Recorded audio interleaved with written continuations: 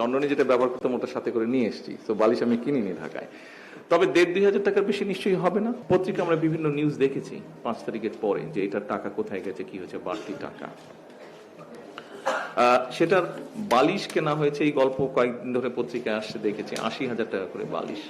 ওই বালিশে শুলে ঘুম হবে কিনা এটা আমার একটা চিন্তা। তো ৮০,০০০ টাকা বালিশের দাম।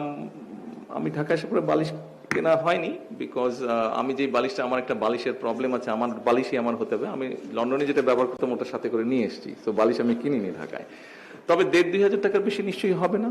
শিমুল তুলা হোক বা যেরকম হোক, ১,৫০০, ৩,০০০ টাকা ম্যাক্সিমাম হতে পারে, একটু সুন্দর সুন্দর করে বানালে। ১২00-১৩00 টাকা, ওকে ফাইন, ১২00, তাহলে তো আরো কম। সেখানে ৮০,০০০ টাকা দিয়ে বালিশ, এই ৮০,০০০ টাকা ভার কিন্তু আমাদেরকে বইতে হচ্ছে। আমরা দেখেছি ইন্টারিম গভর্নমেন্টের সময় তারা একটা হোয়াইট পেপার তৈরি করেছিল। এই হোয়াইট পেপারে বলেছিল বছরে $16 বিলিয়ন এই দেশ থেকে পাচার হয়ে গেছে। Just think about it, $16 billion.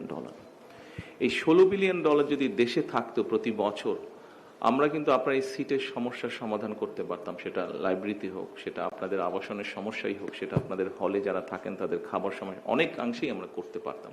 So প্রতি বছর যদি আপনি 10 বছর ধরেও $16 বিলিয়ন পাচার ধরেন, তাহলে 10 বছরে কত $1 বিলিয়ন পাচার হয়ে গিয়েছে।